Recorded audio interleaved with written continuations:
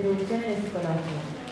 El objetivo mismo es conocer las diferentes posturas que precedieron a la ley de salud mental y que aún hoy continúan siendo ejes de discusión no solo para los profesionales de la salud mental, sino también para la población.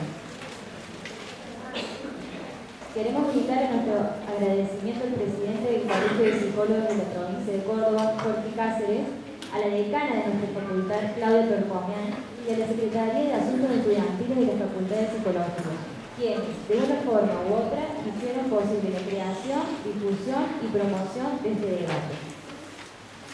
El público podrá realizar preguntas por escrito, colocarlas en esta urna, y una vez finalizada la discusión, los disertantes las contestarán.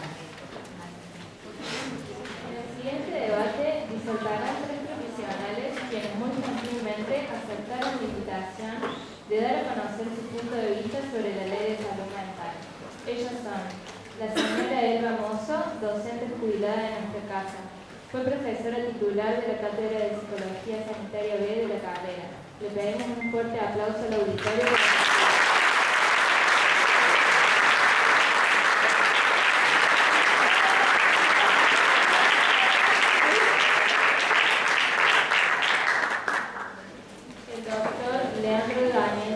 Jefe del Departamento de Salud Mental de la Escuela de Salud Pública, dependiente de la Secretaría de Medio Ambiente de la Universidad Nacional de Córdoba, perito psiquiatra en las áreas de prevención laboral, familiar y penal. Además, es profesor adjunto de la Cátedra de Psiquiatría de Medicina de la Universidad. Lo recibimos con un cálido aplauso.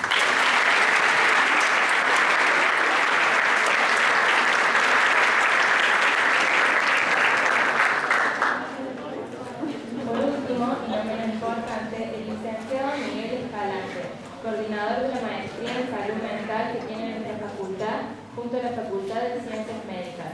También está a cargo del Observatorio Epidemiológico de la facultad y es profesor de la Cátedra de Psicología Sanitaria. Le damos un fuerte aplauso.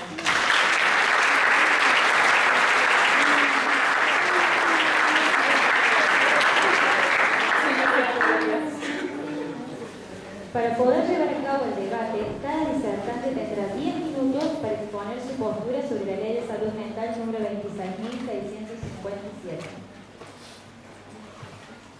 Una vez finalizada la exposición de todos, podrán hacer alguna aclaración sobre su postura o pregunta al resto de los disertantes. Luego de esto, de haber preguntas, serán leídas para que sean respondidas por los expositores. Comenzamos por la señora Elba Mozo. Hola, buenas tardes. Antes de empezar, quiero hacer mención a un hecho muy saludable que aconteció hace muy pocos días en Córdoba, el jueves pasado, cuando el Tribunal Oral Federal 1 leyó públicamente las sentencias y condenas a los represores, torturadores y genocidas del Tercer Cuerpo de Ejército, que por suerte fueron definitivamente condenados. Y por supuesto pido un homenaje para las víctimas de estos represores. Dicho esto, voy a empezar a hablar de salud.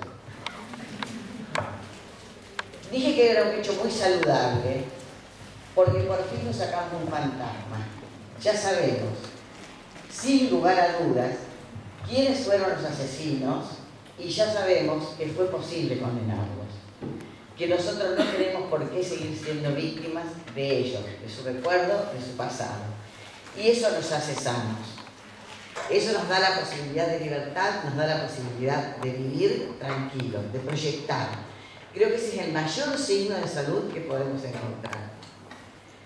A propósito del debate de hoy, yo diría que la única posibilidad de pensar en salud es de salud en singular. Que no hay que diferenciar salud de salud mental o salud mental de salud comunitaria o esas otras adjetivaciones a las que se apela habitualmente, como si no terminara de entenderse qué es la salud. Para empezar, la salud no es una cosa, no es un objeto concreto que se mide, se cuenta, tiene color y forma. No lo compramos por kilo, ni por metro, que en el almacén, en la tienda, ni en ningún lugar. Salud es un objeto conceptual, es un objeto teórico, es por lo tanto objeto de estudio, pero de ninguna manera existe materialmente como una piedra. Por lo tanto, no podemos darle ese tratamiento. Lo que sucede es que tenemos naturalizado el uso de la palabra salud cosificado.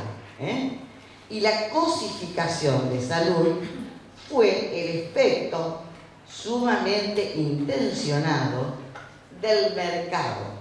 Esta cosa rara, extraña, que todos sabemos qué es, pero nadie sabe cómo definirla, que es el lugar donde se compran y se venden cosas, eso es un mercado. Bueno, se empezó a clasificar la salud igual que la educación, pensándolos como formas de transformarlos en posibles de ser vendidos y comprados en algún lugar. Siempre salud y educación fueron privilegiados por las políticas estatales como formas de mantener ciudadanía y soberanía estatal, nacional, ¿sí? Ya últimamente no alcanzaba, había que buscar nuevos resquicios, y estoy hablando de los años 70 para acá, para esta parte, había que buscar nuevas formas de acumular capital y se cosificaron salud y educación. Nosotros nos acostumbramos a eso. Tenemos naturalizado hablar de salud como si fuera cosa. Insisto, salud no es cosa. Por lo tanto, lo que voy a decirles va a sonar medio duro, pero lo digo, tampoco salud es derecho. Tampoco salud es derecho. Salud, insisto, es un objeto conceptual, es un objeto de estudio. Según nos enseña el materialismo dialéctico,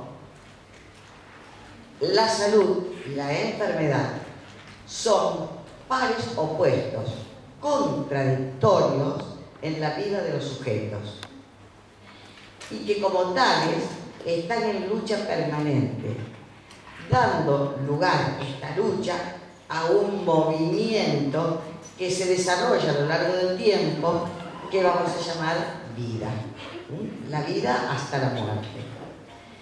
Esta lucha es dialéctica, se va a definir a veces para un lado y a veces para el otro, hasta la solución final, que es la muerte, cuando, por acabarse uno de los términos de la lucha, una de las partes de la lucha, se acaba la vida y por lo tanto termina este proceso. Por lo tanto, nosotros en Sanitaria B nunca hablábamos de la salud y de la enfermedad. Cuando hablábamos conceptualmente, hablábamos del proceso salud-enfermedad. ¿Sí? También decíamos que este proceso no es a lo loco, ni es espontáneo, ni de cualquier manera.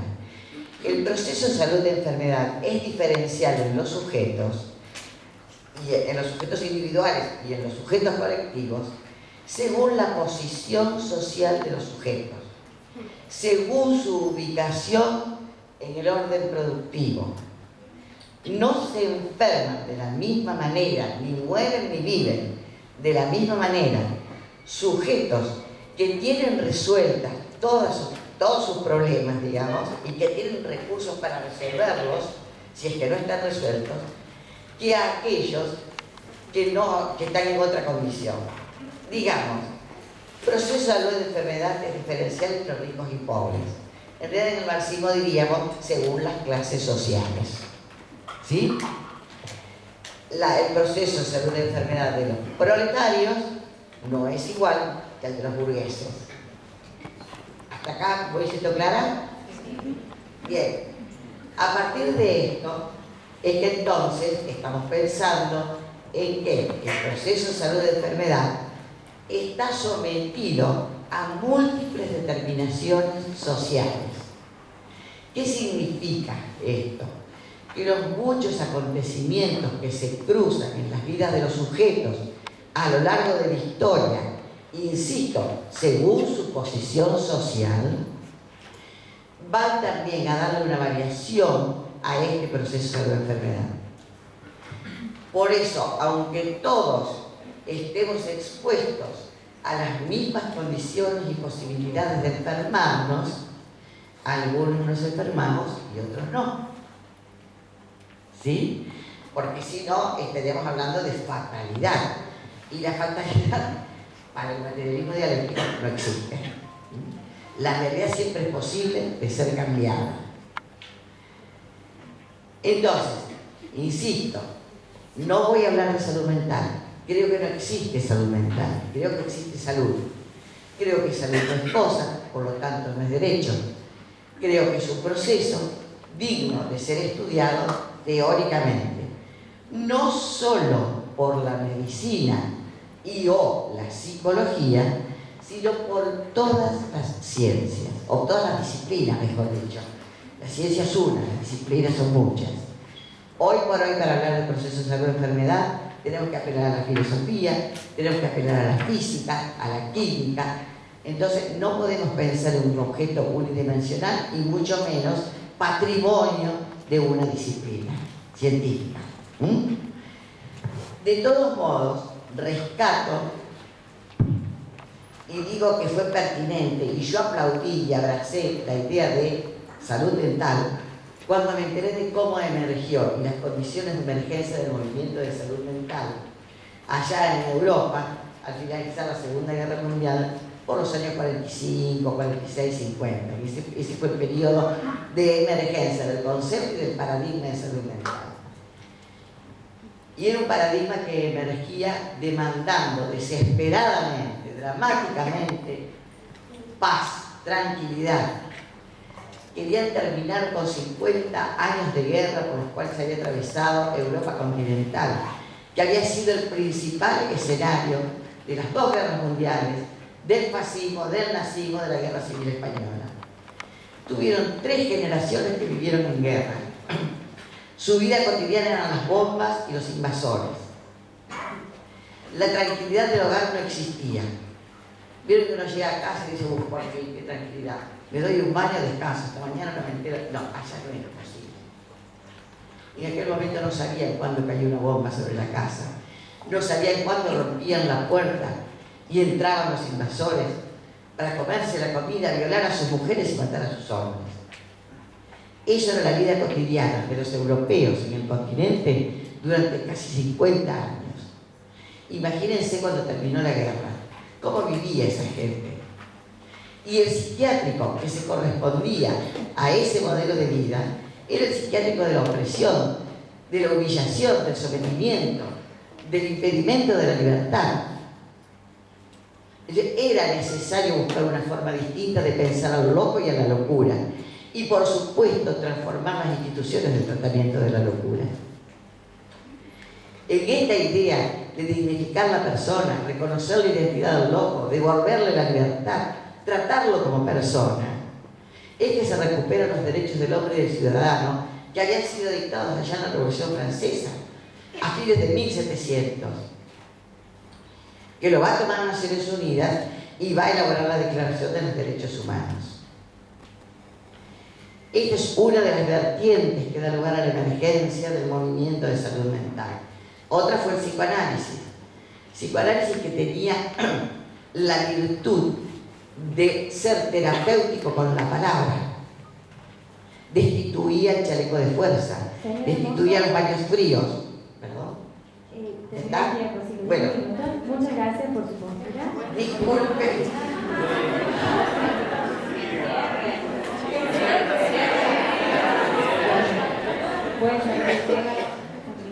Bueno, mis disculpas a ustedes. Bueno, corto acá y digo, yo adhería a la idea de salud mental porque me pareció que era la denominación estratégica del movimiento que definía un paradigma y un modo de pensar no solo en la locura sino en el hombre. Hoy digo, transcurrieron 66 años.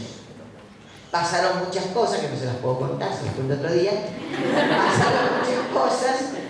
Ya hay que replantearse esto. Políticamente hay que replanteárselo. Porque dividir el campo de la salud implica perder fuerza. Y hoy en Córdoba estamos en la salud del sistema de atención médica, los hospitales, los dispensarios. Ustedes vieron que están destruidos, que están devastados. No hay personal, no hay medicamentos, no hay tecnología.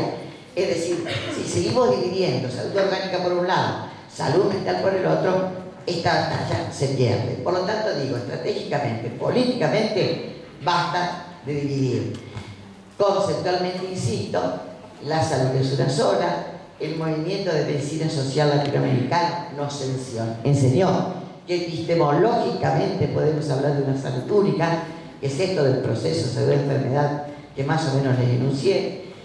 Y bueno, y no debemos hablar más de esto, sino hablar del campo de la salud como el amplio campo de ejercicio y práctica, tanto comunitaria como profesional, en defensa del bienestar de los hombres individuales y colectivos.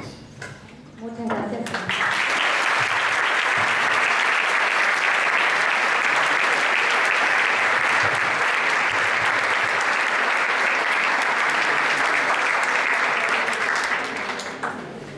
Ahora le daremos al doctor Iván. Bueno, la verdad que soy muy gratamente sorprendido tanto como docente de la carrera, docente es que no tiene pinta.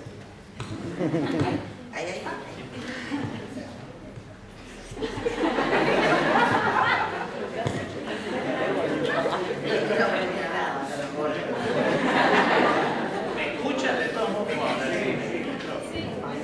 Yo digo gratamente sorprendido porque, por un lado, cuando llegó Daniel, enviado por la profesora Altamirano para hacerme algunas preguntas, me hizo recordar lo que fue la discusión del 2010, porque quizás hemos tenido alguna dificultad en la consigna al respecto de la mesa de debate de hoy, pero yo lo que he intentado hacer es precisamente un peritaje de lo que fue la discusión del 2010, traerla a la actualidad y mostrar en qué momento y qué cosas cambiaron, digo, de esta perspectiva.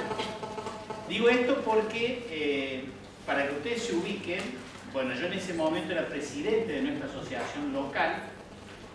A nivel nacional nos movíamos entre dos entidades nacionales psiquiátricas, una que siempre ha sido catalogada de más liberal, de hecho fue la única que subsistió en la época del proceso, a diferencia de la gran mayoría de las entidades que tienen que ver con salud mental, que tenía posiciones extremas respecto de la discusión de la ley, y nuestra entidad madre, creada en plena época democrática, absolutamente silenciada en esta discusión. Entonces, a quienes ejercíamos la presidencia de las entidades de especialistas en psiquiatría, en donde se discutía la ley, porque se daba la discusión, en el caso de Córdoba, a nivel nacional y a nivel provincial. Entonces estábamos solos en la discusión. Y si bien en aquel momento debo recordar que nuestras peleas eran muy fuertes con los psicólogos, contra los psicólogos, hoy la cosa cambió y nos peleamos más con los abogados, digo, pasando a la si ya no nos peleamos tanto con los psicólogos, estamos peleando con los abogados, al respecto de algunos puntos específicos que tiene el decreto reglamentario que nos está generando alguna dificultad. Pero yo, comprometido con este debate, dije, me voy con casco, porque yo sé que no es un escenario fácil, pero digo, bueno, es importante para ustedes que conozcan un poco la historia y nuestra posición. Nosotros, en realidad, apenas tuvimos la discusión de la ley, nosotros lo que planteábamos, nuestra entidad en Córdoba, planteaba que la ley debía estar orientada a modificar precisamente ciertos paradigmas que tenían que ver un poco con lo que la licenciada Mozo, con inteligencia sutil y tiempo, describió claramente acerca de lo que se piensa o de lo que uno tiene como paradigma en el campo de la salud mental y desde el tiempo que se viene discutiendo. De hecho, Argentina tuvo excelentes experiencias de salud mental comunitaria previa a la dictadura militar del 76, que fue señera en muchos aspectos, y quizás si no hubiéramos tenido esta fatal dictadura, nosotros hubiéramos tenido un crecimiento similar al que tuvieron otros países al respecto de esto. Pero bueno, fuimos de alguna manera amputados en aquel momento en todo lo que eso significó. Entonces, nadie podía estar en desacuerdo con una ley que trajera la discusión de los derechos humanos y sobre todo los derechos vinculados a nuestros pacientes. Eso no estaba en discusión, por lo menos en nuestro campo particularmente. Lo que nosotros discutíamos en ese momento es que esta ley tenía muchos prejuicios al respecto de nuestra disciplina y nos sentíamos ofendidos en esa discusión. Nos sentíamos ofendidos, por ejemplo, cuando existía un artículo que hablaba de la prescripción del medicamento como si nosotros todos los médicos prescribiésemos medicamentos de manera no orientada a una terapéutica. Para nosotros era una afrenta esa discusión, digamos.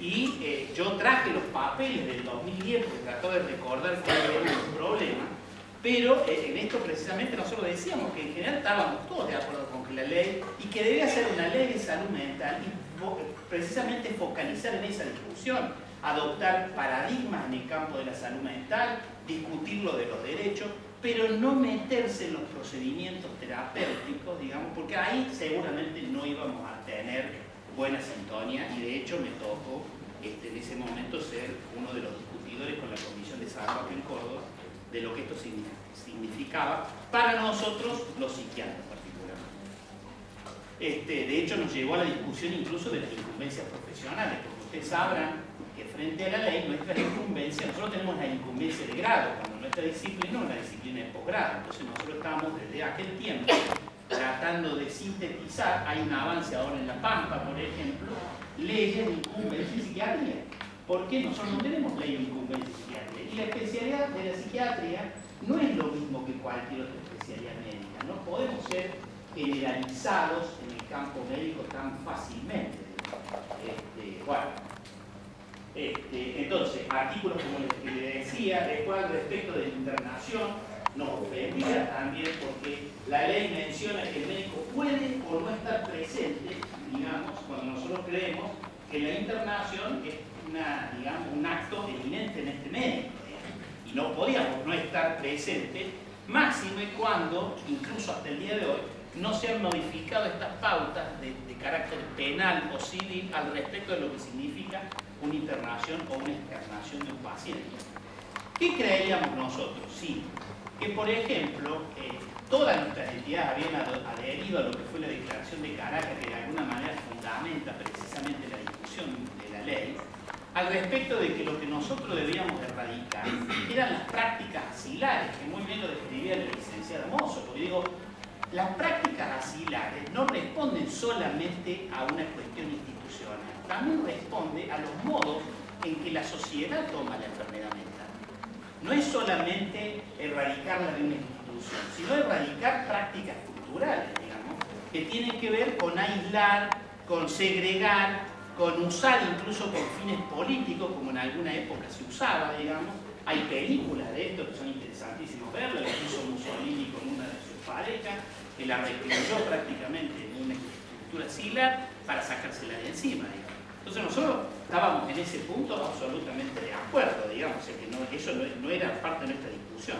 Sí nos sentíamos absolutamente ofendidos, y si ustedes tuvieron la oportunidad de leer estos documentos, eran documentos muy llorones al respecto de nuestra posición como especialidad, de sentirnos desclasificados, descastados, ignorados, poco respetados, digamos. Y en particular había artículos, como les decía yo, que sí nos generaban cierta resistencia.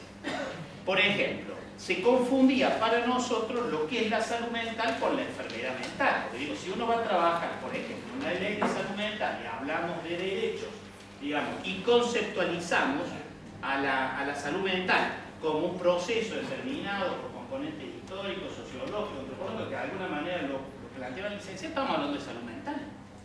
Bueno, esto por ejemplo, nosotros en ese momento lo discutimos, el decreto reglamentario luego lo acomoda. ¿Por qué? Porque esto se define lo que es también la enfermedad mental. Pero en la ley no estaba esta discusión, por ejemplo. O sea, yo creo que estas discusiones también me ayudaron para ajustar algunas cuestiones. No quiero perderme de nada, por estar de la prescripción. derecho.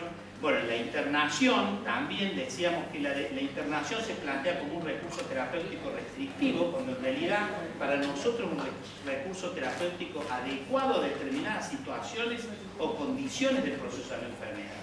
No debe ser tomado como una manera descalificatoria. Yo me acuerdo que en el caso de y en el caso de la medicación, nosotros decíamos, bueno, que hagamos una ley donde a las mujeres no se las va a lapidar en la tierra, digamos, no la vamos a enterrar y las vamos a lapidar.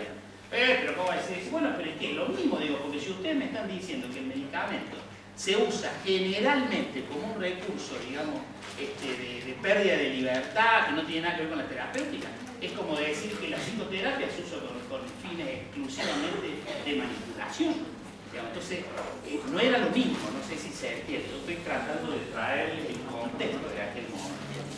Bueno, la discusión de la internación involuntaria, bueno, había un montón de cuestiones que tenían que ver con estas cosas, donde además nosotros planteábamos cierta preocupación al respecto de que la ley, si bien traía como algo positivo todo lo de, sin contar los de los derechos que yo les contaba, sino al respecto de los procedimientos terapéuticos, la posibilidad de ampliar los recursos del dispositivo y asegurar un mínimo presupuestario, nosotros planteábamos de que no creíamos que iba a suceder eso, porque de hecho no hace falta una ley para hacerlo. De hecho, en la primera etapa de la democracia nosotros tuvimos mucho más desarrollo de todo lo que fue la discusión, el debate y la participación en el campo de la salud mental, que lo que se generó incluso a posteriori en términos concretos de recursos institucionales, en términos de dispositivos. De hecho, yo estoy en el Hospital Nacional de Clínica y el servicio del Hospital Nacional de Clínica no tiene internación. Y lo venimos pidiendo del año 2010. Digamos. Entonces, ahora ha salido un decreto nuevo que se posibilitan algunos subsidios. Pero, ¿qué tienen que explicar? Nosotros éramos muy escépticos y lamentablemente la historia después nos demostró que en realidad no se generaron más recursos, más dispositivos a la maricocha. Como yo les digo, en ese momento, por ahí nos peleábamos con la Angélica era la presidenta del colegio, Angélica Dávila, que bueno, por supuesto llegó a esta posición a favor y nosotros planteamos esta discusión. Bueno, ¿qué cambió de aquel entonces hasta aquí? En realidad, hoy nuestra principal pelea, chicos, la tenemos con los abogados, porque la ley nos metió los abogados como parte del equipo de salud. De hecho, fíjense que hay artículos que vulneran la intimidad y es casi un abuso de derecho y exceso de abordaje al respecto de lo que el abogado puede hacer, porque dice concretamente el artículo 22 que la persona internada tiene derecho a designar un abogado y el abogado debe opinar sobre los tratamientos, si está de acuerdo o no está de acuerdo. O sea, entonces terminamos discutiendo con los abogados, algo que no, por lo cual no están ni siquiera preparados, digamos, porque no tienen la menor idea de lo que significan los pacientes, incluso los pacientes más difíciles dentro de nuestro campo. Y además por ahí también hace cuestiones que incluso nos han generado discusiones con la familia, porque muchas veces luego del paso del abogado generan unos niveles de descompensación de los pacientes que les cuento.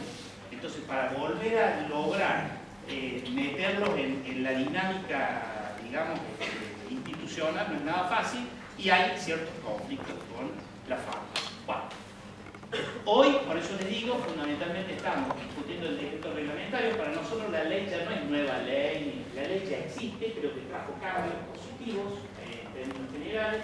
Algunas otras cuestiones hay que corregirlas, creemos que están más que nada sintetizadas en algunos puntos del decreto reglamentario y hoy nos encontramos en esa discusión, tratando de mejorar esos puntos de los procedimientos que aducen a confusión al respecto de la práctica. Y por supuesto que seguimos insistiendo de que si se van a modificar algunas intervenciones que por ley le correspondían al ejercicio médico, pedimos que haya un compartir con los otros colegas de otras disciplinas las consecuencias negativas de ese ejercicio. Bueno, muchas gracias.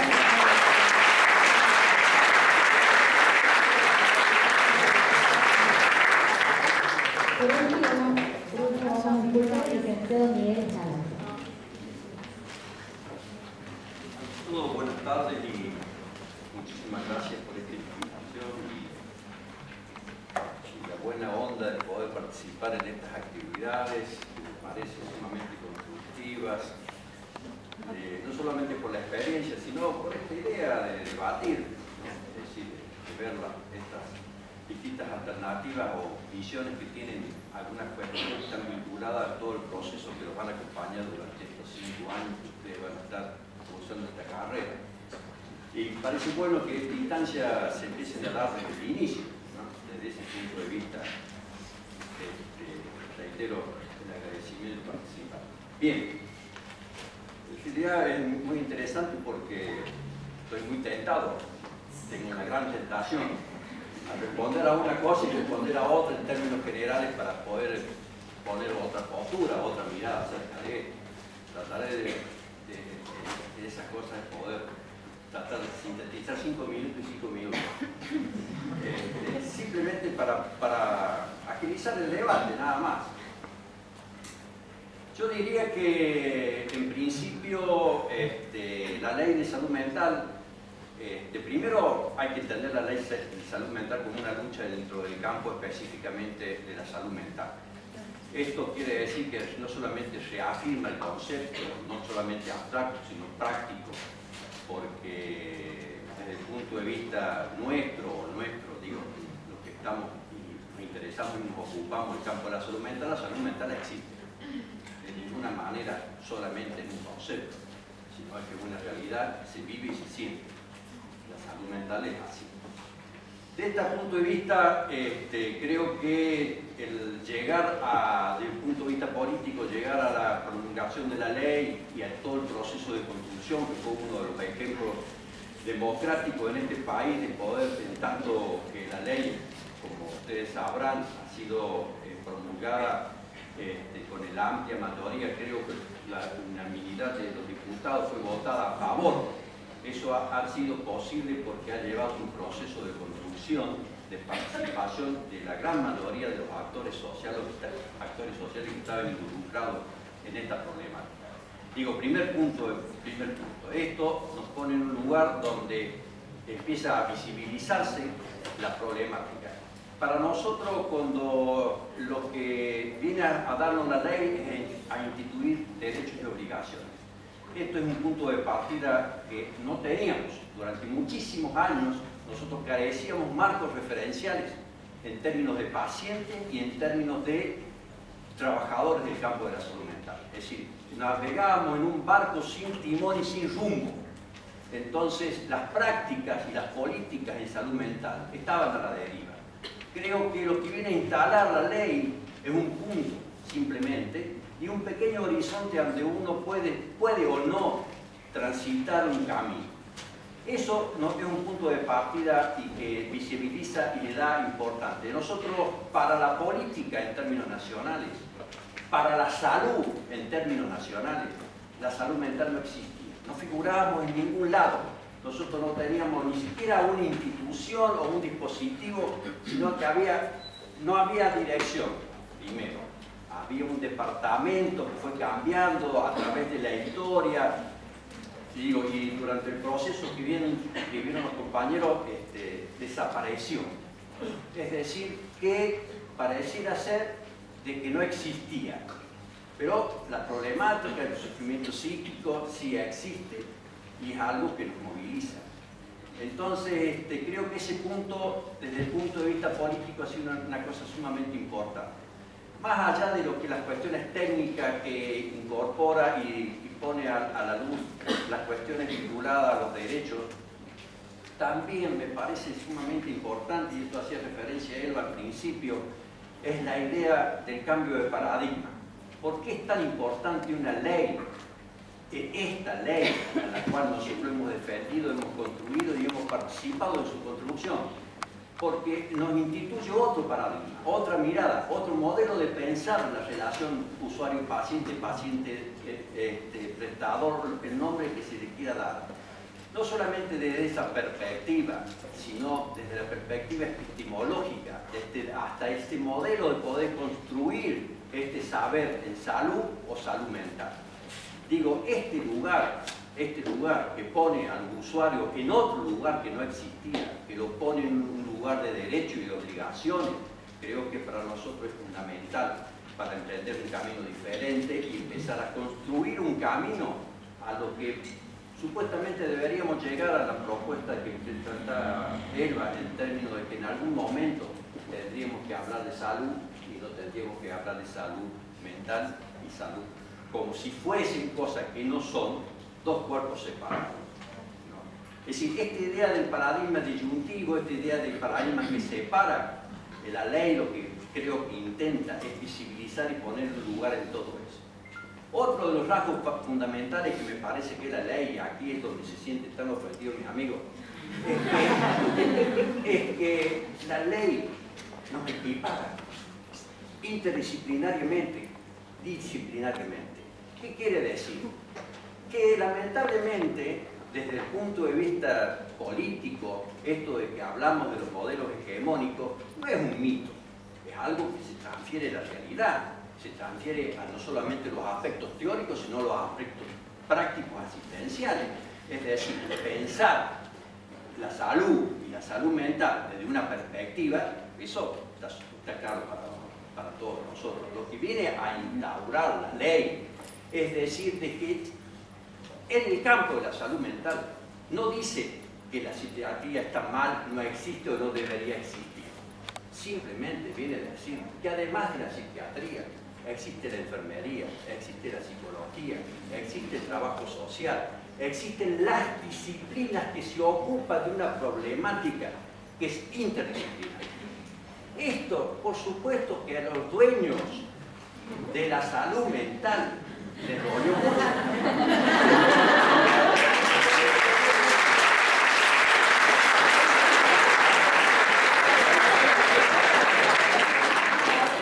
Toda pérdida es un sufrimiento. No nos tenemos que preocupar por eso. Creo que nos tenemos que preocupar por el nuevo escenario. Es decir, que el lugar que nos está planteando este nuevo escenario, que es conflictivo. El campo de la salud mental es un campo, decía anteriormente, sumamente heterogéneo porque tiene muchos actores sociales. Esto, tanto disciplinario, también habla de las políticas, habla de las instituciones, habla de los dispositivos, habla de los usuarios. Todo esto está resumido por intereses particulares. Evidentemente que hay conflictos. Si no hubiera conflicto, sería aburrido. Además, pero el conflicto, en cierta medida, es un motor que nos permite llegar, por ejemplo, a que todos nos pusimos de acuerdo y construimos una ley.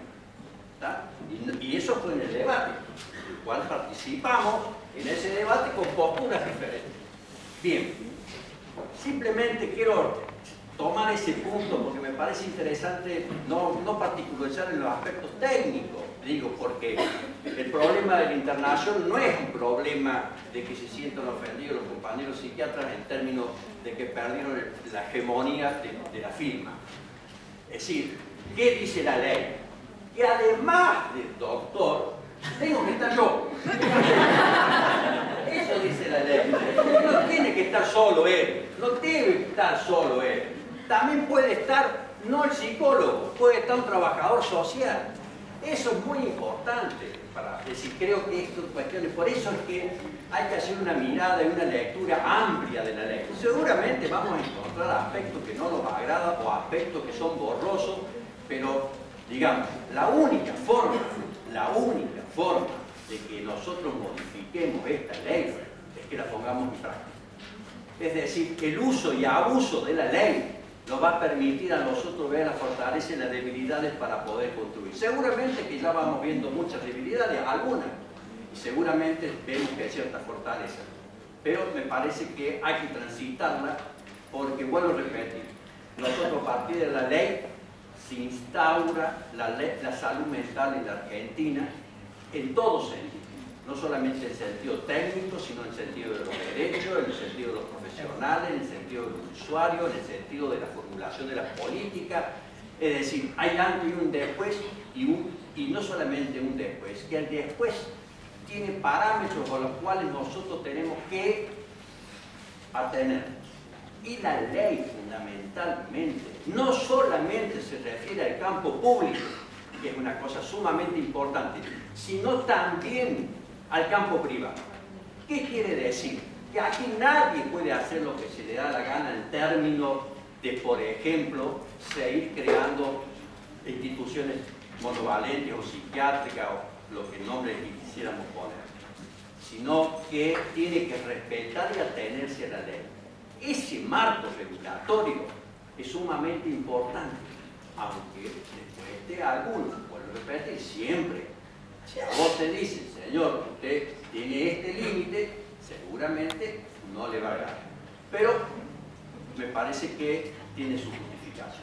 Bien, esto en términos generales, de ahí uno podía hablar, analizando o ver algunos aspectos específicos en términos de los artículos, cuestiones de ventaja, pero me parece que esto da una idea de por qué está importante esta ley. Sin duda algunas cuestiones se dejan de lado, o, por ejemplo, que tiene que ver el lugar que ocupan los usuarios en el campo de la salud mental. Es decir, los usuarios estaban vistos como pacientes y creo que el paradigma ya deja de pensar como esta persona paciente en su doble terminología o en su doble uso, sino también lo piensa como una persona de que no solamente lo usa, sino que lo puede llegar a usar. Es decir, que usuarios somos todos, no solamente el que está asistiendo a una institución, sino aquel que puede. Yo les quiero recordar que los últimos parámetros en términos estadísticos, para que tengan una idea, en el campo de la salud mental, nos están diciendo de que cada 4 personas, una persona en el transcurso de su vida va a tener un episodio vinculado a la salud mental. Para que tengan una idea de la magnitud, esta problemática, esta discusión es lo que está poniendo sobre el relieve la importancia que debe tener para los gobiernos y las políticas las problemáticas vinculadas a este campo. Bien. Licenciado, un minuto más. Bueno, yo quiero decir que la salud mental sí existe. Sí existe desde el punto de vista epistemológico, no es un capricho mío. Yo digo simplemente de que si uno tiene una mirada pseudo-positivista en el término de que las cosas son porque existen y se pueden observar, material y clasificar y ordenar, me parece que vamos a ir con la misma lógica de reproducción. Y pensar desde el punto de vista epistemológico que la dialéctica es el único modo de conocer y de proceder, creo que hay una diferencia. Digo que el paradigma, por ejemplo, en los distintos campos de la salud mental, nos aproxima a mirarla de distintas maneras. Yo puedo pensar en la salud y la enfermedad como un proceso, pero también puedo pensar la salud y la enfermedad como campos opuestos, contradictorios, como dice la compañera. Yo también puedo pensar la salud mental, la salud mental, es decir, la enfermedad, perdón, y la salud, no como procesos antagónicos, sino como procesos hasta pensarlos complementarios, como parte de uno o de un todo, y no de una dialéctica, sino de una dialógica. Es decir, que nunca uno está enfermo y nunca uno está sano, que este proceso al cual nosotros adherimos, no solamente decimos que es un proceso salud-enfermedad, sino que es un proceso salud-enfermedad, atención, porque no solamente involucra a las personas, sino a las políticas, y a las políticas y a los sistemas de salud.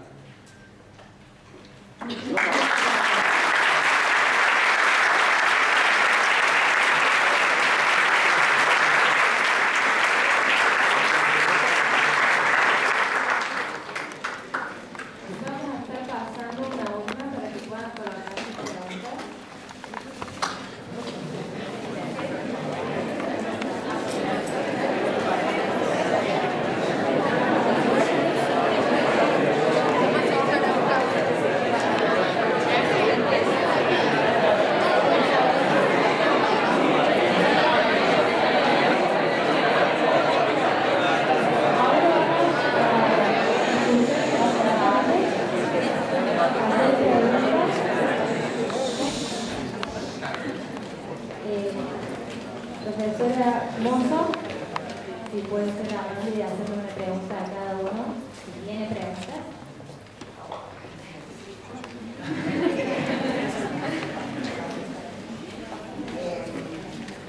Sí, doctor.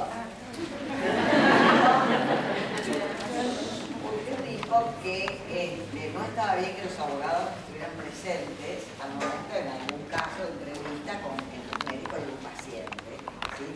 Por ejemplo, en caso en que se va a decidir su internación o su alta, ¿sí? Esto no solo alteraba al paciente, porque obviamente estaba escuchando cosas que a lo mejor no había supuesto, sino porque el abogado de esto no sabe nada.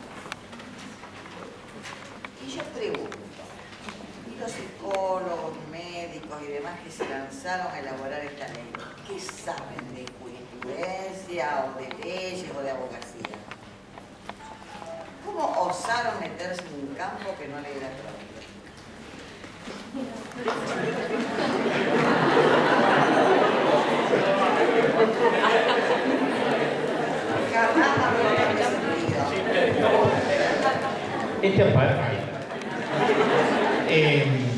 No, en lo que respecta a, no sé si vos has leído justo el artículo ese que es bastante mañoso, digamos, porque lo que describe claramente es que no es necesariamente la presencia del abogado en la entrevista, sino que el abogado le da como una potestad acerca de poderse juntar con el paciente y orientarlo acerca de las mejores decisiones a tomar por él al respecto de una terapéutica, un tratamiento.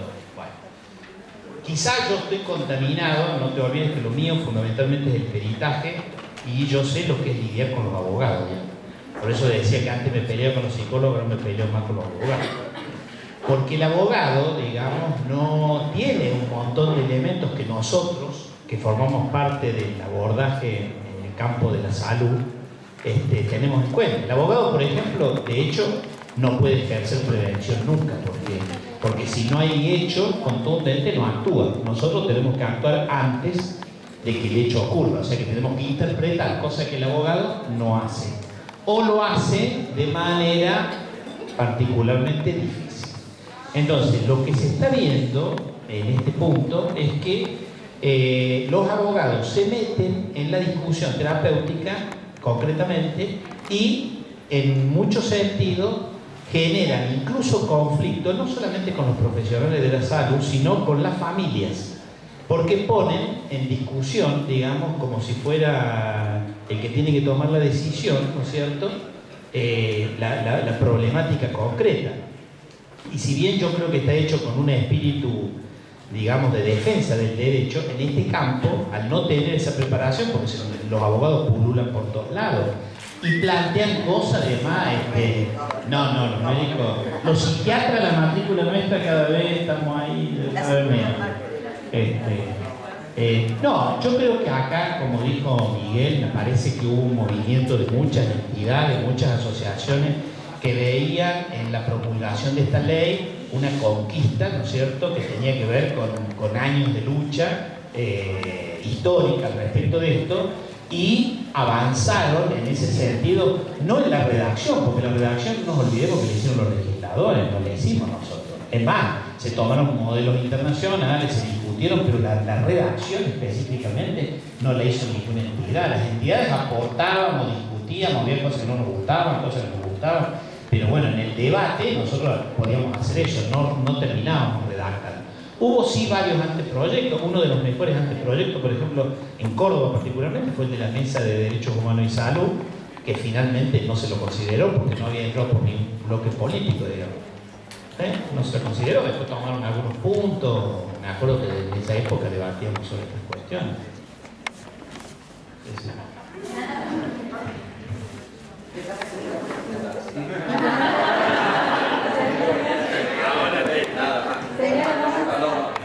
No, que simplemente me parece que hay dos cosas. Una, que nosotros estamos matizados disciplinarmente y siempre me molesta de que otra disciplina crea que tiene un saber específico. Eso tiene que ver con un prejuicio y es lo que casualmente estamos hablando de distintos paradigmas. Y lo otro, me parece que el abogado no interfiere en términos de la que dice la ley dice que el abogado opina, no determina. Es decir, que el abogado da una opinión en términos de derecho, no en términos específicos que le conviene terapéuticamente, porque, digo, lo conviene en términos de derecho del usuario. Creo que hay que diferenciar esas cuestiones. Y si por ahí, en una de esas, hay un abogado que sabe un poco más que nosotros. Yo les leo el artículo. La persona internada involuntariamente o su representante legal tiene derecho a designar un abogado. Si no lo hiciera, el Estado debe proporcionarle uno desde el momento de la internación. El defensor, abogado, podrá oponerse a la internación y solicitar la externación en cualquier momento. Pero es una defensa del derecho del usuario. O sea, por eso interviene el abogado, porque si no se le está escuchando sus derechos. Las preguntas se las hacen al papel y después leemos. ¿Se puede hacer? Para mí la pregunta es un poco más compleja, porque dijo muchas cosas que no sé muy bien cómo. Bueno, seguimos. No sé cómo son las excusas. Por favor. Me hizo mucho ruido el término de usuarios. El término usuario viene del área de la economía y entonces o de la administración de empresas, digamos. Entonces, meter una terminología de ese orden a mí me hace mucho ruido. Pero mi pregunta, básicamente, Miguel, es esto.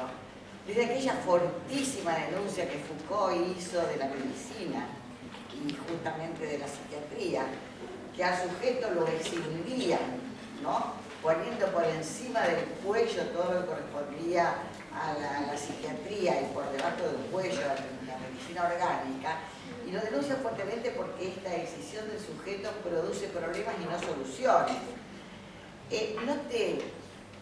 ¿No te orienta a pensar que de una vez por todas debiéramos replantearnos la idea de volver a hablar de salud así, a secas, sin más adjetivaciones?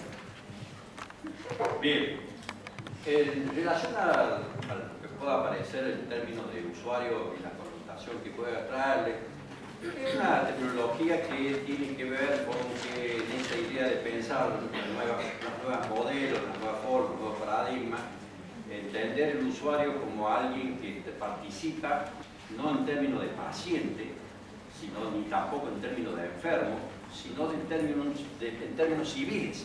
Es decir, una persona que puede participar de cualquier tipo de institución, que en este caso son instituciones públicas, y en realidad tiene que ver más, les cuento, tiene que ver más con la tradición de la salud mental comunitaria brasilera. Ellos trabajan más con estas concepciones que tienen una trayectoria sumamente importante y muchísimo más largo que nosotros, sino porque me parece que es más pertinente entender esto, sacándolo de esa connotación de la ciencia económica, digo usuario en el sentido que usa o puede usar, nada más, para digamos, hacer estas rupturas en términos, digamos, peyorativos y estigmatizantes que tiene que ver el concepto de paciente o de enfermo, por ejemplo. Bien, en términos de lo otro, yo también concuerdo totalmente con vos, Elba. Creo que y concuerdo con la visión de Foucault, siempre hemos estado de acuerdo en ese sentido.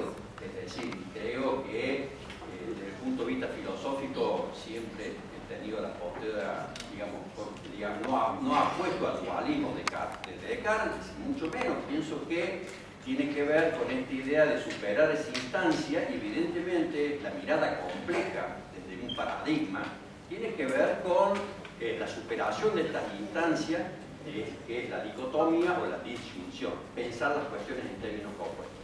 Pero ¿qué pasa? Eso es en términos teóricos, en términos epistemológicos, pero en términos prácticos nosotros estamos inscritos en una lucha. Es decir, que este campo de la salud mental es un campo de lucha, un campo de poder, y en este campo de poder se juegan intereses. Y pensamos que estratégicamente sigue siendo importante darle una autonomía y una fuerza al campo de la salud mental o al aspecto psiche o como quisieran llamarle, para poder, digamos, constituirnos como agentes de la lucha. Digo, simplemente para eso. En una discusión con Emiliano Galende, que supuestamente ustedes no lo conocen, les recomiendo porque tiene un libro que casualmente, uno de los últimos libros que Emiliano Galende, que tiene que ver con la medicalización de la vida cotidiana, que tiene que ver esto casualmente con la postura de la psiquiatría en este campo, recomiendo que lo lean. En esa discusión se establecía hablábamos de esto, de la ruptura de los paradigmas, pero ¿por qué salió esta discusión de decir por qué seguimos hablando de salud mental y salud? Entonces, Emiliano dijo lo mismo que yo pensaba en ese momento, decir, bueno, es una cuestión estratégica, simplemente la coyuntura política nos lleva en ese camino, pero seguramente en poco tiempo, y en este transcurso, empezaremos y en algún momento hablaremos de salud en términos generales y no tendremos que hacer más esta diferenciación. Quiere decir que yo soy una adelantada. Muchas gracias por la pregunta. Ahora seguimos con la pregunta del doctor Gancho, si tiene preguntas para hacer. Bueno, sí puedo hacer una. Estaba pensando. Tenga cuidado de ser mujer. Estaba pensando en lo de Foucault, como diría un psiquiatra hecho y derecho, de que Foucault fue permanentemente un antipsiquiatra que cuando se descompensaba iba a buscar a los psiquiatras para que lo compensaran. Más allá de que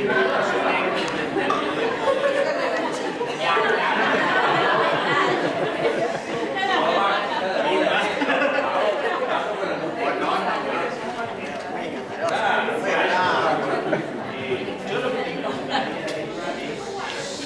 un tema que quedó bastante en el tintero de esta discusión. Si no hubiera sido más interesante que la discusión de la ley de salud mental, en vez de meterse en el campo de la enfermedad, si hubiese trabajado fundamentalmente desde la perspectiva de la salud mental o de la salud, como decía vos, que comparto ese criterio.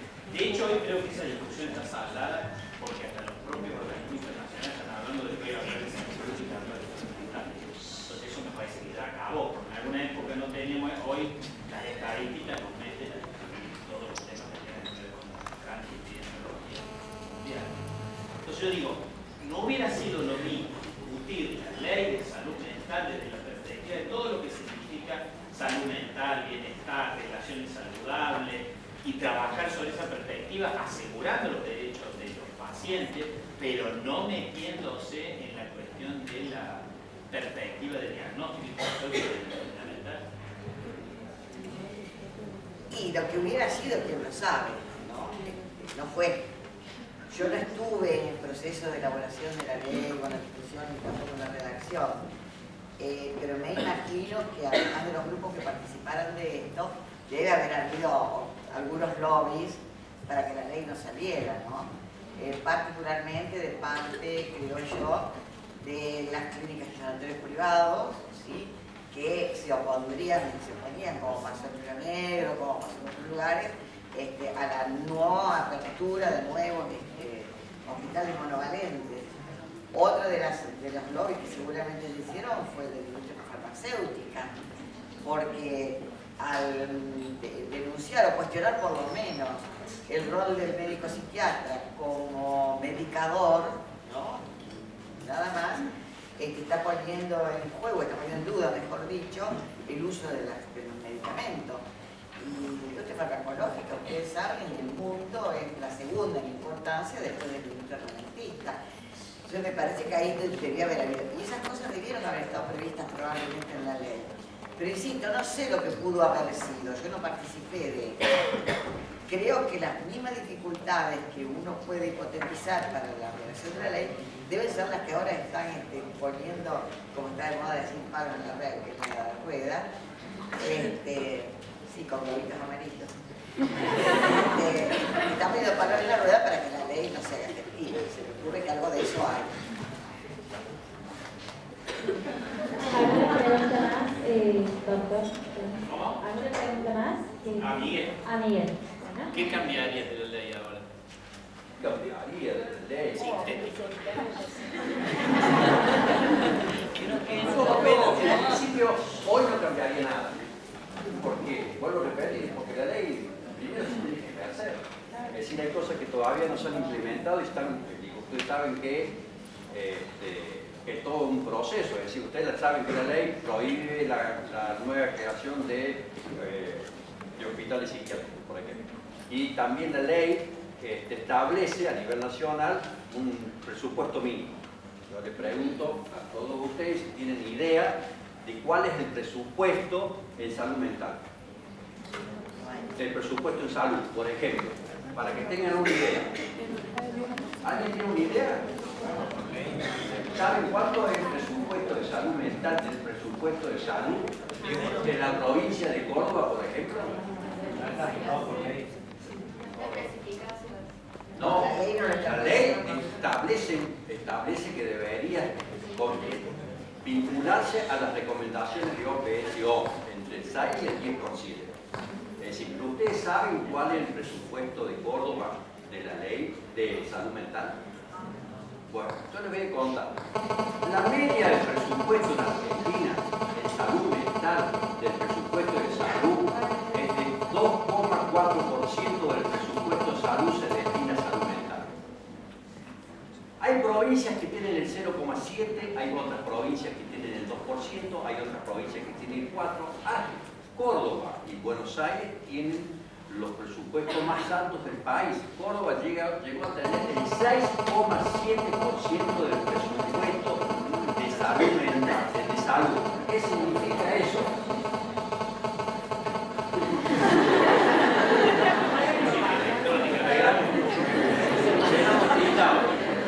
¿Qué significa esto? Que Córdoba tiene el mayor presupuesto de salud mental del país. Ahora, acá viene la otra pregunta. ¿Ustedes saben de ese presupuesto en salud mental cuánto corresponde a los hospitales psiquiátricos, a los hospitales monovalentes? Quiero decirles que en Córdoba tenemos 4 hospitales psiquiátricos. Se pueden contar 2 más que son satélites que están dentro de hospitales generales, pero tenemos básicamente 4 hospitales. ¿Cuánto se lleva del presupuesto? Digan un número. 5%. ¿Cuánto? No, los hospitales psiquiátricos. Me parece un poquito más. A ver, alguien que sea más arriesgado. El 97% del presupuesto de salud mental está destinado a los hospitales psiquiátricos. Y estos son investigaciones, no son cuestiones que digo yo. 97%. El 3% restante del presupuesto de salud mental está destinado a los 18 EA, que son los equipos de atención comunitaria. La ley viene a eso, viene a decir lo siguiente, que tiene que invertirse los valores, de que el 70% tiene que ir vinculado a las actividades y la organización de la comunidad, y el 30% quedarse a la atención monovalente, para que tengan una idea. Bueno, muchas gracias. Ahora, licenciado, ¿puede hacer preguntas? Yo prefiero que contestemos, no tomar el tiempo y aprovechar y contestar alguna pregunta. Entonces no tiene preguntas para No. hacer. Bueno, muy bien. Ahora pasaremos a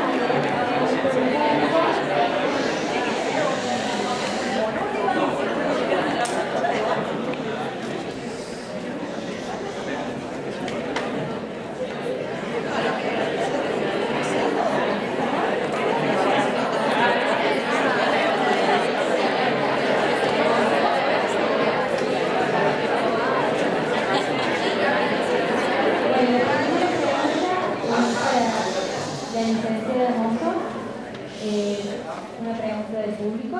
Dice, usted mencionó que a su juicio la salud no es derecho. ¿Podría ampliar un poco más dicha afirmación?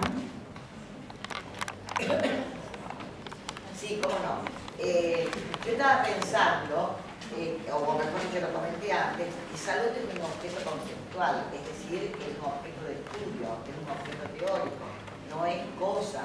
Entonces, tampoco le podemos atribuir ningún otro valor. Lo que sí podemos pensar es que todos tenemos derecho a una atención médica, psicológica, como quieran llamarle, de acuerdo a nuestras necesidades, que todos tenemos derecho a acceder a ese tipo de atención, que todos tenemos derecho al bienestar, solo por el hecho de ser habitantes de este planeta. Esto es lo que sí nos corresponde como derecho, ¿sí? Tenemos derecho a la libertad, tenemos derecho a la expresión, pero no derecho a la salud, porque la salud se mueve independientemente de nosotros. La salud, según mi concepción, es una de las partes de un par antinómico, de un par contradictorio, que están en lucha, es decir, salud o enfermedad, desencadenando un proceso que se llama vida. Entonces, no puedo decir que tengo derecho a una parte de algo que lucha, ¿sí? Tengo derecho a ser atendida, tengo derecho a demandar y que mi demanda se escuche. ¿Se entiende? No es que estoy negando que existen los derechos o que nosotros tengamos derechos. Digo, niego que la salud sea un derecho. Lo niego epistemológicamente. Estamos, ¿no?, en términos humanos. Todavía no me salió pelo ni lo busco. Hablo. Entonces, claro, todavía puedo sentirme humano. En ese sentido es que digo que la salud es un derecho. No sé si fue claro. Bueno, no sé si fue satisfactorio. Una pregunta para el doctor Dionisio. Sobre su formación académica, ¿conoce sobre las implicancias que las instituciones totales, por ejemplo, neuropsiquiátricos, tienen sobre la identidad de los sujetos?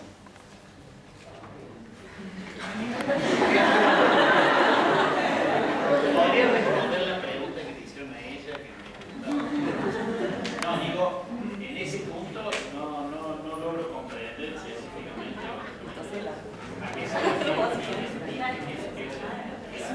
No soy psicóloga.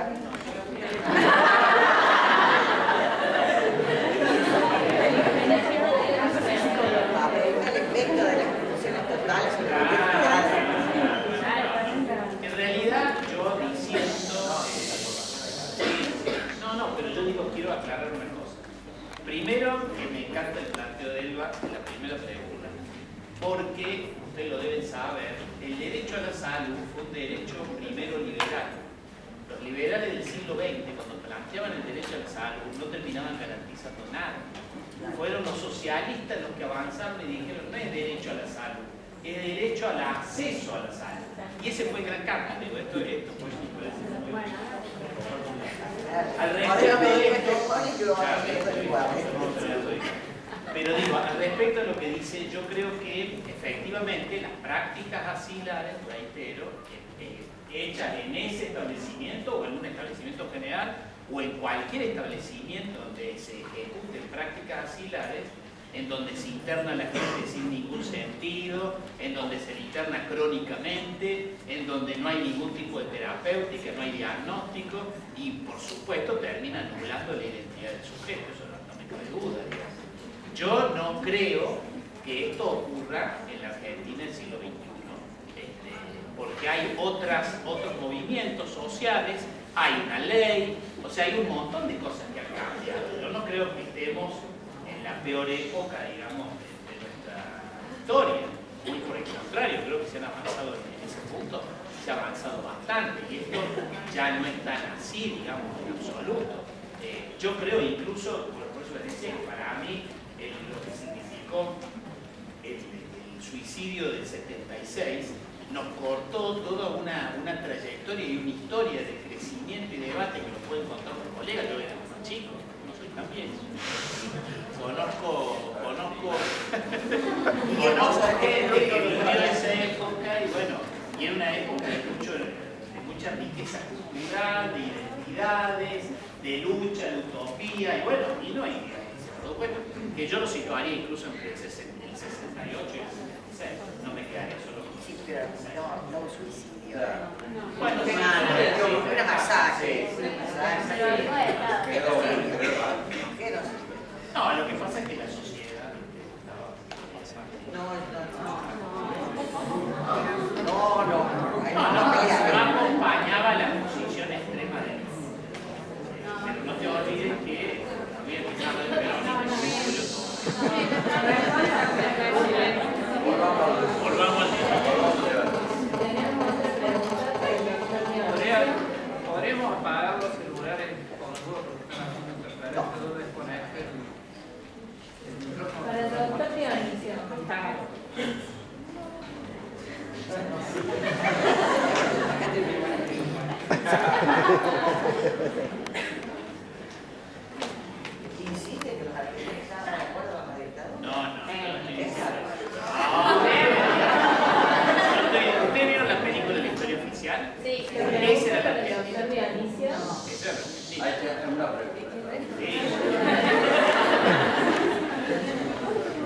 artículo da la posibilidad al abogado de estar presente a los fines de los derechos civiles, no de diagnosticar.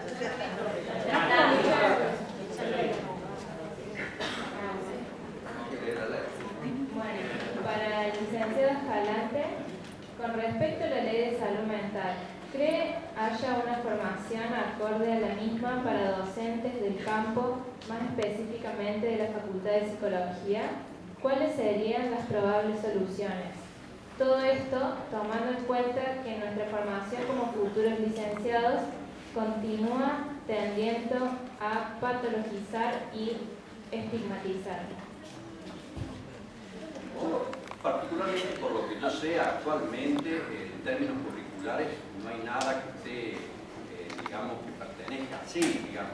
Yo ya lo vimos en otras ocasiones, creo que el desafío que tenemos en las instituciones académicas de no ir a contramano de la sociedad y en términos de lo que es esto, es decir, en términos de lo que la demanda en términos sociales está establecida, y que hacer y mirar para el costado o pensar, sino que creo que las instituciones como la academia en este caso son instituciones que tienen que, digamos, formarnos en términos generales, no en términos particulares. Y en este términos generales tiene que estar incluida toda esta orientación de la ley, porque es la futura práctica profesional de todos, sea donde sea, nosotros vamos a tener que tener presente el día de mañana.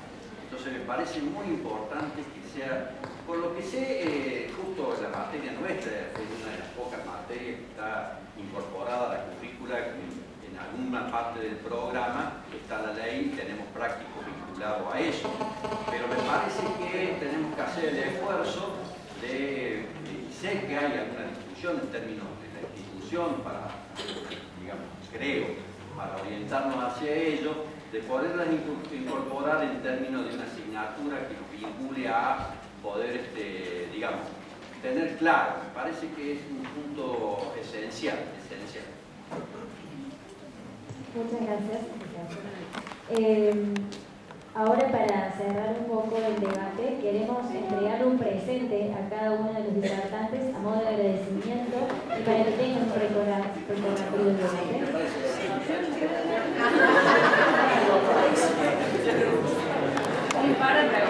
¿Querés hacer otra pregunta? No, porque yo en realidad quería decir que la verdad es que la facu nuestra no se, yo desde mi perspectiva personal, la facu nuestra no se encarga de enseñarnos a patologizar, al contrario, es totalmente lo contrario, creo yo, y que no sé si hay alguna cátedra que se puede estar más basada en psiquiatría o en algo que tenga que ver con eso, pero la mayoría individualiza y hace respetar los derechos y promueve eso. De hecho, somos gran parte de la ley de salud mental. Yo creo que se trata más que nada de poder tener una mirada crítica, no de extremo, de es súper patologizadora o no, sino de poder decir, o sea, en relación a lo que decía el licenciado también, en relación a lo que está sucediendo, poder ir viendo cómo nuestra formación se puede ir adaptando a la demanda de hoy, ¿no? Y de tener una crítica constructiva hacia nuestra carrera. Doctor Mauricio, yo quisiera preguntarle la diferencia que usted ve entre un psicólogo y un psiquiatra. Si es psicofármacos. Bueno, si ustedes googlean, hay un artículo mío en donde describo las incumbencias de la psicología, las incumbencias de la psiquiatría. Porque él dice, nosotros los psiquiatras trajimos a los psicólogos al campo de la enfermedad mental cuando ellos están mucho más preparados para trabajar en el conflicto y en la salud mental que nosotros. Y a mí eso, digo, me marca una mirada y una posición al respecto de las distintas cuestiones que tienen que ver con la incumbencia. Y por eso escribo aquel artículo que lo publiqué precisamente en la época de la ley, porque fue a partir de ahí un motor en varias entidades eso de crear la posibilidad de que los psiquiatras también tengamos una ley de incumbencia que hoy no tenemos. Bueno, para bajo la supervisión del psiquiatra. Por favor, puede ser. El psicólogo continúa bajo la supervisión del psiquiatra. ¿Por qué?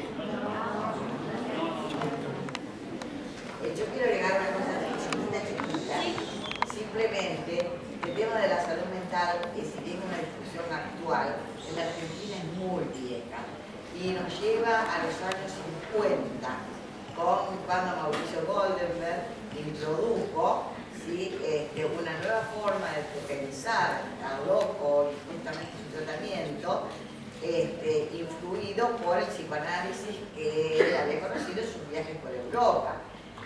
Que también a partir de ahí hubo una serie de proyectos, como por ejemplo el proyecto Lanús, un hospital Lanús donde estaba justamente Goldenberg, que tuvo la primera residencia en psiquiatría, pero con esta visión, con la visión del psicoanálisis, ¿no? Bueno, a partir de ahí se desencadenaron una serie de procesos, como por ejemplo el Hospital Avellaneda en el caso de Zaforcada, Pillon Rivière, una escuela de psicología social brillante, extraordinaria, Mary Langer y tantos otros. Y ahí sí yo voy a hacer una crítica muy fuerte en la facultad. No es posible que no haya una foto que jamás se lo mencione a gente como Pillon Rivière o como Mary Langer, que fueron, pero por antonomasia, líderes dentro de la salud mental, y acá se los tiene olvidados, enterrados y negados. Es vergonzoso que en esta facultad, capaz en un nombre, estimulo a que les pidan a sus docentes que les traigan las historias de los procesos donde estas personas participaron. Estuvieron después en la Revolución Nicaragüense, fueron exiliados, y les pasó de todo. Y acá, no, silenciamos, totalmente silenciados. Insisto, me da vergüenza pensar que de ellos acá no se habla. Muy bien. Ahora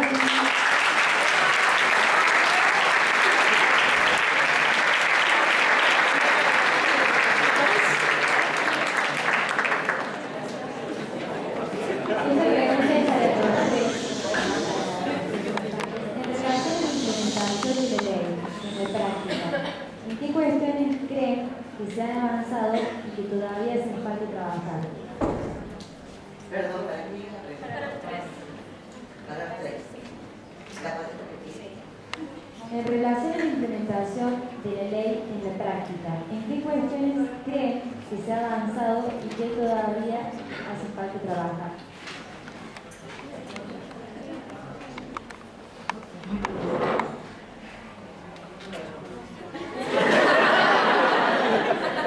Me parece que todo, a ver, si ustedes fueron últimamente al neuropsiquiátrico o anduvieron conocen alguna de las instituciones, no puede ser que durante 15 días faltara la medicación para los pacientes internados, los usuarios, o los internados simplemente, que estuvieran 15 días sin medicación, que la farmacia no proveyera a los ambulatorios que iban a pedir con la receta, ¿no es cierto?, del médico, y no hubiera medicación para ellos.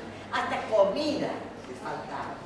No puede ser que hasta los residentes, en algunos casos, se les dé la comida en una bolsita de plástico, ¿sí?, para que se la lleven a algún lugar a comer. Es terrible lo que está pasando. No hay personal. Hay gente que está trabajando al mismo tiempo en Unquillo y en el neuropsiquiátrico acá, como hacen, no sé, maravillas. La atención de la guardia es lamentable, no por el personal, sino porque no hay personal. Enfermería escasísimo. Todavía existen las celdas de castigo, que le llaman como hay celdas de contención. Todavía están en el... Es impresionante todo lo que está negado, está ocultado, pero que existe, de eso no se habla, y por lo tanto no sabemos en qué términos avanza la ley. Yo creo que hasta aquí no se hizo nada.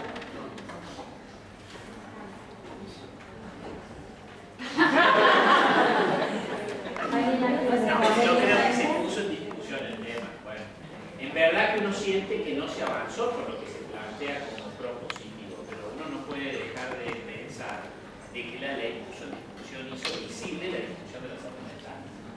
Sí, pero no hay voluntad política de parte de las autoridades de la provincia para hacer nada en el campo. La ley. Tenemos abogados.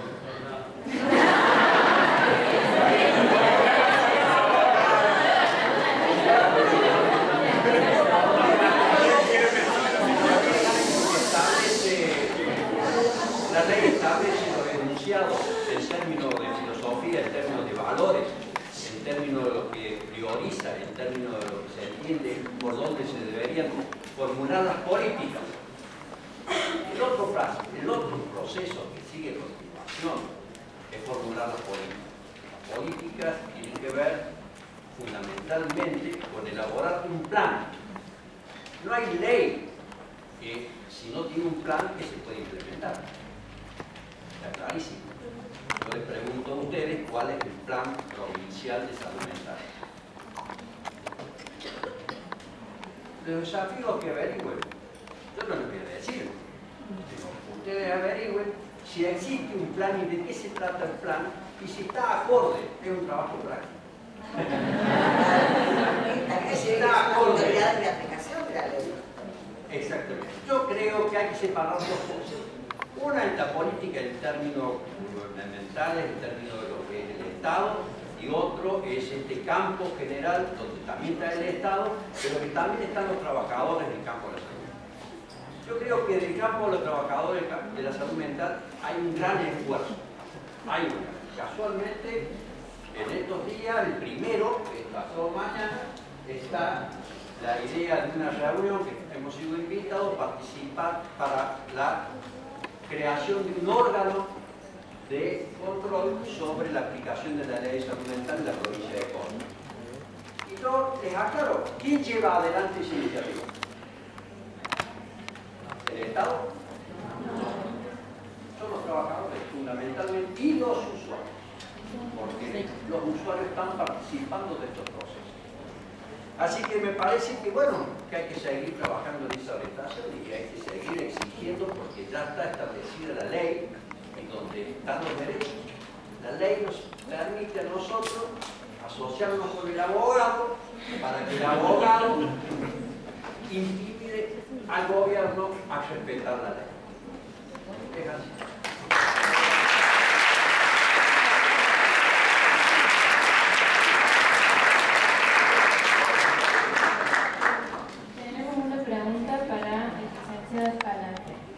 ¿Cuáles son las mayores debilidades de la ley?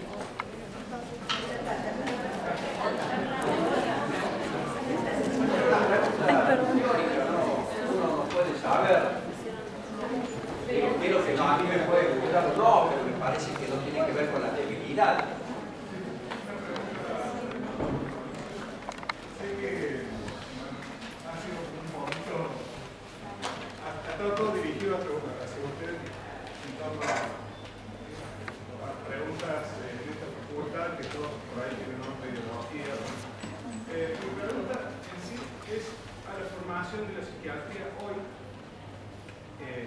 Bueno, me parece que es un buen candidato para preguntarle ¿cuál sería el marco teórico con el que trabaja un psiquiatra hoy en su sesión de terapia? No digamos análisis para no hacer caso, pero son todos psicoanalistas la línea terapéutica que utiliza la psiquiatría hoy. En realidad, la psiquiatría ha sufrido algunos cambios a partir de los avances en las neurociencias. De hecho, nuestra especialidad está orientándose más a la formación de posgrado en términos de especialidades médicas y psicológicas. Son unas discusiones respecto de algunas aplicaciones. Y en el campo particularmente de la psicoterapia, debo reconocer que en este último tiempo ha tenido un crecimiento de nuestros colegas de las terapias cognitivo-conductuales. Porque en general hay como una especie de desidia, creo yo, de nuestra disciplina al respecto de asumir como solamente el campo de actuación la indicación psicofarmacológica y tratar de alejarnos de la psicoterapia y dejar eso, bueno, y tratar de ver cómo nos complementamos con psicólogos. Conozco muchos psiquiatras que de hecho hacen control psicofarmacológico y dejan la parte psicoterapéutica para los psicólogos. Yo no comparto. Me parece que nosotros... Sí, efectivamente, esto es de los últimos 15 años. Bien, y otra pregunta. He escuchado también que son cosas que escuchamos acá y que se repiten en la Facultad de Psicología y está bueno escucharlo. Que últimamente hay un interés por utilizar menos medicación en todos los pacientes, ¿no? Es bajar la dosis de medicación y controlar un poco más, que es algo que a todos nos preocupa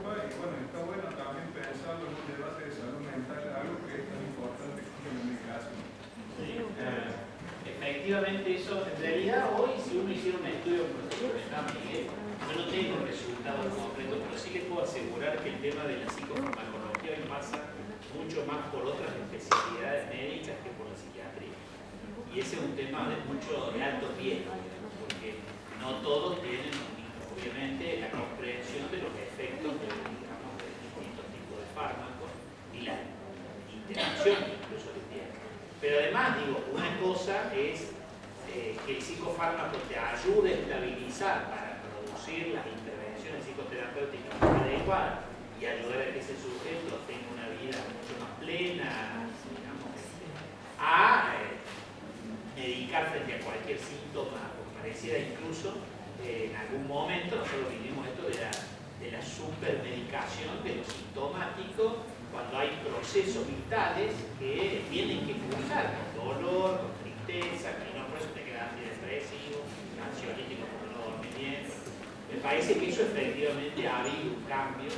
Y de hecho nosotros, por ejemplo, somos la única especialidad que no manejamos enfermedad, si lo saben. Le digo, todas las otras especialidades médicas nosotros no tenemos prohibido.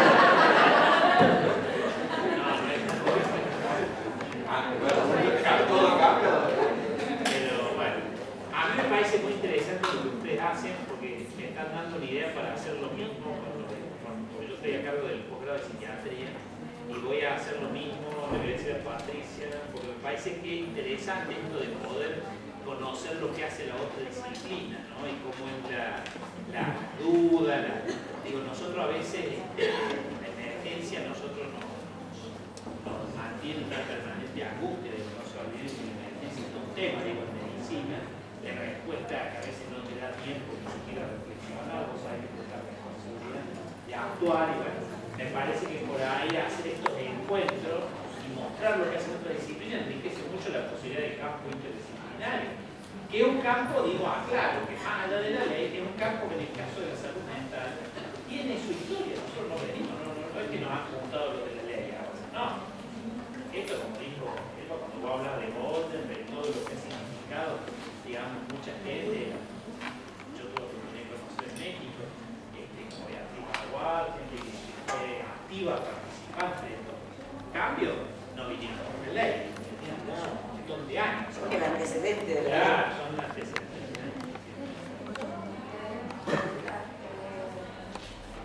En relación al diagnóstico y la elección del tratamiento, ¿qué lugar ocupa el sujeto en esto? O sea, fuimos hablando del psiquiatra, del abogado, del psicólogo, de la familia y el sujeto.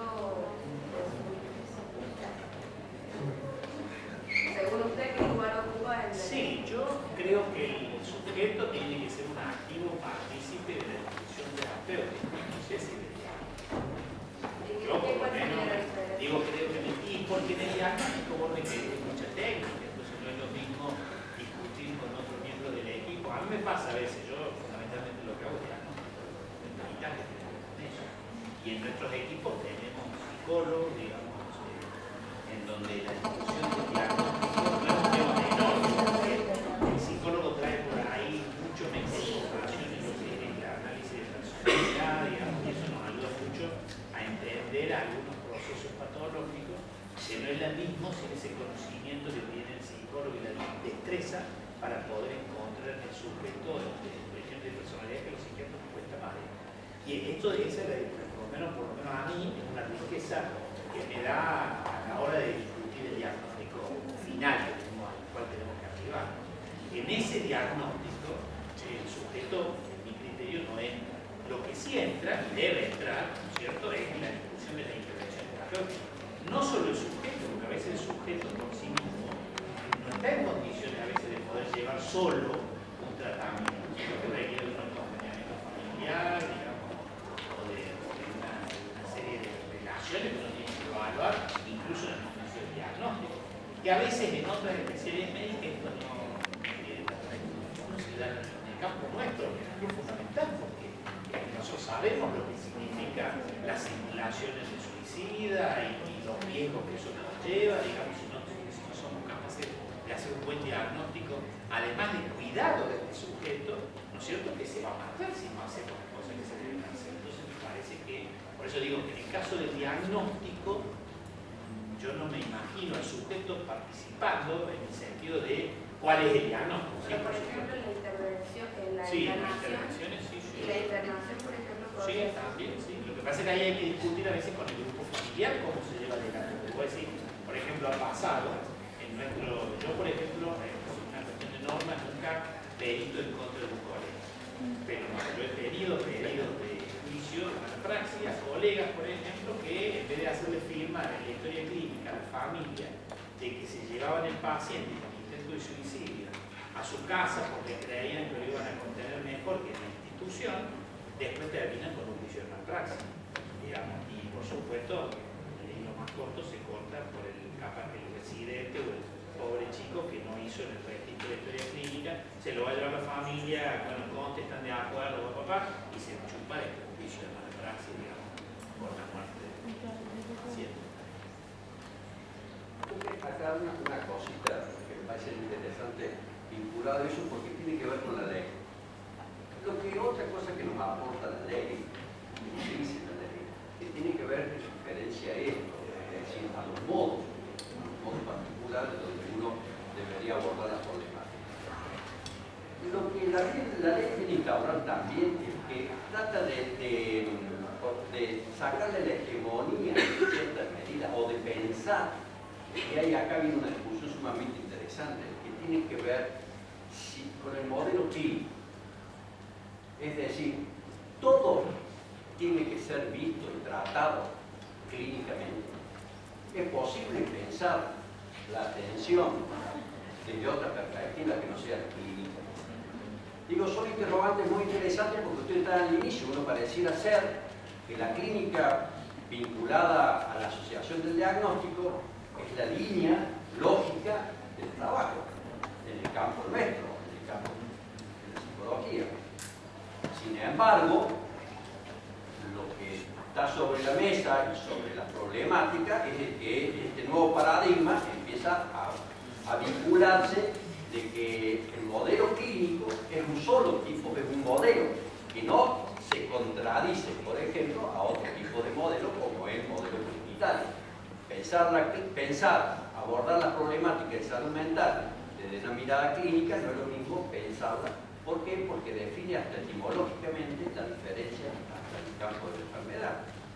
Es decir, no es lo mismo pensar una taxonomía clásica determinada de un diagnóstico del DSM-4 o del polémico clausurado del DSM-5 a pensar las problemáticas en términos de sufrimiento psíquico.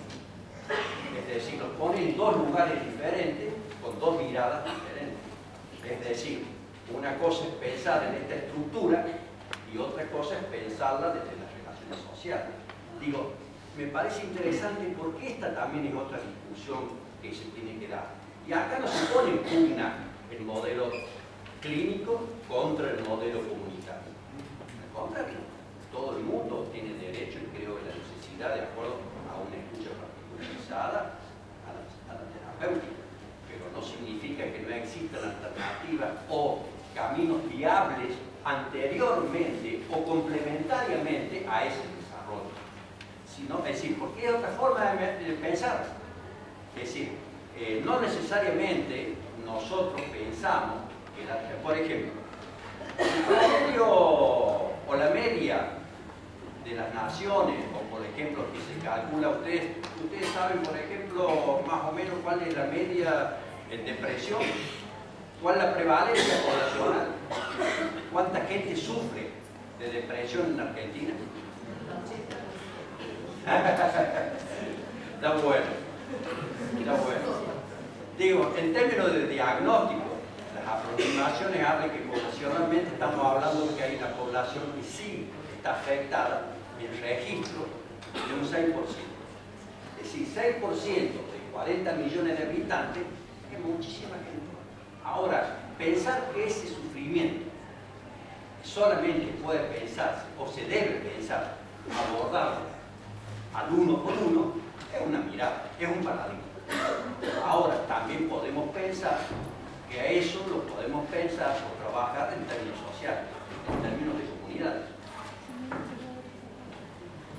siguiendo un poco el modelo de Basaglia, ¿no? Basaglia Blanca ponía, no sé si lo quiero nombrar, muy interesante.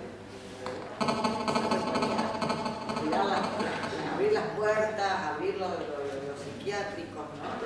Y reinsertar al loco en su lugar de origen, que es la sociedad. Obviamente que no de cualquier manera, tiene que ser un pasaje que lo contenga y que le permita vivir de una manera libre, porque fundamentalmente la asocia, si podemos llamarle la cura a la libertad, poder ser libre, ¿no? El loco no es libre, por eso está loco, perdió la libertad. Entonces, llevarlo, ayudarlo a hacer el camino inverso de recuperar su libertad y en la sociedad occidental por el trabajo, porque nosotros sabemos que estamos marcados, determinados por el trabajo como forma de autonomía, entonces inducirlo, acompañarlo, estar con él en esto, es una forma de que recupere la libertad, de que esté en comunidad y que esté fuera del psiquiatra. Es muy interesante la propuesta de Basaglia. Otra cosa que me gustó es cuando dice, ¿cuál es el problema cuando se encuentran dos seres humanos, un varón y una mujer, en el psiquiátrico? Están locos, ¿no? Pues pasa lo mismo que afuera, se conocen, a lo mejor se enamoran, a lo mejor tienen relaciones sexuales. Afuera no pasa eso. Es lo mismo, ¿eh? El loco no es distinto de nosotros. Este es un punto importante. Sí, yo creo que ahí en ese punto, yo ya estoy media hora atrasado, pero digo, nosotros hemos avanzado mucho en las clasificaciones diagnósticas. O sea, está bien que por ahí hablamos del síndrome depresivo como un campo amplísimo, pero hay millones de subtipos, chicos. O sea, hay depresiones, por ejemplo, la melancolía que tiene que ver con la psicosis. Digamos, bueno, requiere de determinado tipo de abordaje y tratamiento que no es lo mismo que la depresión reactiva o secundaria a algún otro evento como una enfermedad médica crónica. Son distintas graduaciones que obviamente hacen que también existan graduaciones diferentes en los dispositivos de abordaje. No es lo mismo los casos graves de psicopatología, no es psiquiatría, no me digan nada, que los casos más sencillos. Por supuesto que hay una variación y es fundamental la clínica, el conocimiento y el poder decir, bueno, estamos hablando de un sujeto que puede tener esta... De hecho, en el campo nuestro, a veces en el campo de la violencia, hemos utilizado el recurso de la internación, por ejemplo, del agresor, más como una protección hacia la víctima que a un recurso de carácter clínico.